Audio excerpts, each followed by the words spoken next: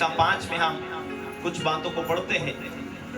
Hallelujah. कितने लोग सुनेंगे, लागू करेंगे?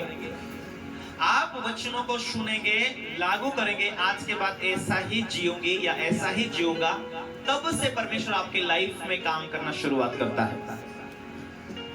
वो स्वर्ग का राजा, तू पृथ्वी का राजा, तेरी अनुमति के बिना वो काम नहीं करता। चोर है, चोरी करने आता है, वो शैतान तुम्हारे बिना अनुमति से काम करता है। लेकिन परमेश्वर आपकी अनुमति लेता है, क्योंकि बाइबल ये कहती है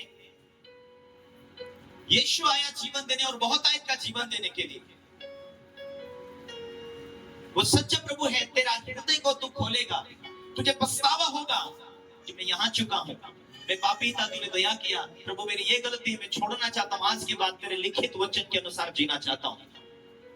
आज समझना है, आज लागू करना है, ताकि छुटकारा जब होगा तुम्हारे जीवन में जितनी बरकत रुकी है, उस वचनों के द्वारा जीने के लिए निर्णय करेगा, तो तुम्हारे जीवन में फल आना शुरू हो गया। आगे तुम्हारे जीवन में आज जो जरूरत है, जो आज आपको चाहिए, परमेश्वर के वचनों में परिपक्व हो जाओ। परमेश्वर मुझे छुटकारा दे, मेरे लाइफ में क्या क्या जरूरत है। जब वचन पर खड़े रहेंगे, पहला गिफ्ट तुम्हें मिलेगा, जिसका नाम परमेश्वर ने वादा किया, वाचा बांधा, वो पवित्र आत्मा है। पहला फल तुम्हें परमेश्वर अपना स्वर्गीय वचन के द्वारा वरदान देगा, जिसका नाम पवित्र आत्मा है। जब वो आपको मिलता है, सारी चीजें उसमें जीवित होने लगती, प्रकट होने लगती और पैदा होने लगती। सब कहे आमीन। इंतजार वचन के द्वारा, विश्वास के द्वारा, प्रार्थना के द्वारा अंदरूनी अपने आप को चेंज करना है। आइए मेरे साथ वचन को पढ़ेंगे। कोई पढ़े लूका का किताब 1 अध्याय उसका 5 से।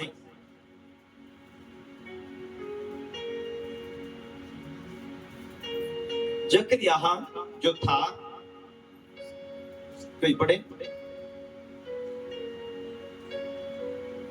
हाँ, यहूदा के राजा हाँ, हेरोदेस के समय हाँ, अबिय्याह के दल माइक लेकर पढ़ो ताकि लोगों को सुनने में आए।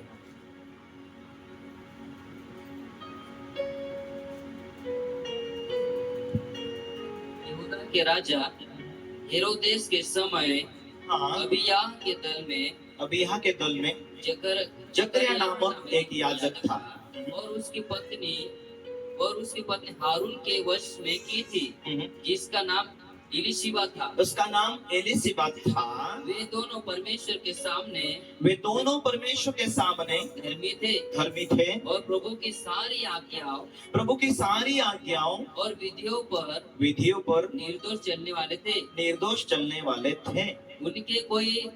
उनके कोई भी संतान नहीं थी, क्योंकि एलिशिबा बांझ थी और वे दोनों बूढ़े थे। वो दोनों भी बूढ़े थे।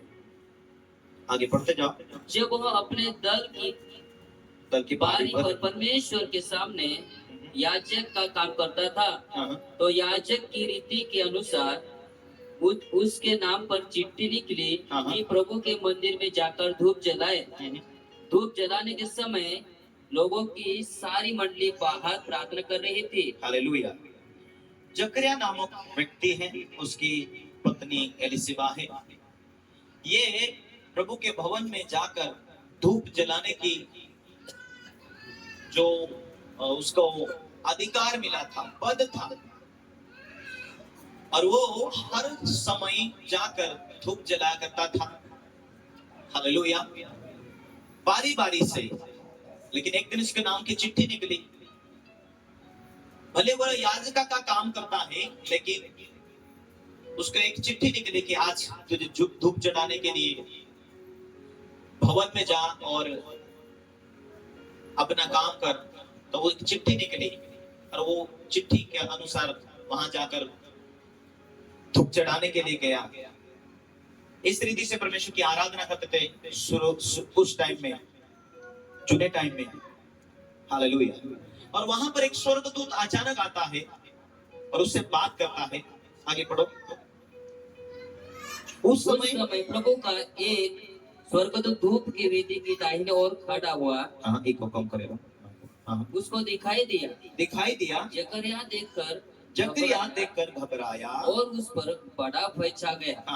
परंतु स्वर्गदूत ने उससे कहा, हाँ हे जकरिया, भयभीत ना हो, हाँ क्योंकि तेरी प्रार्थना सुन ली गई है, हे जकरिया भयभीत ना हो क्योंकि तेरी प्रार्थना सुन ली गई है। और तेरी पत्नी एलिशिबा हाँ से तेरे लिए एक पुत्र उत्पन्न होगा, हाँ और तू उसका नाम यूहन्ना रखना। हाँ तुझे आनंद और हर्ष होगा, हाँ। और बहुत लोग उसके जन्म के कारण आनंदित होंगे। सब कहें आमीन, हालेलुया।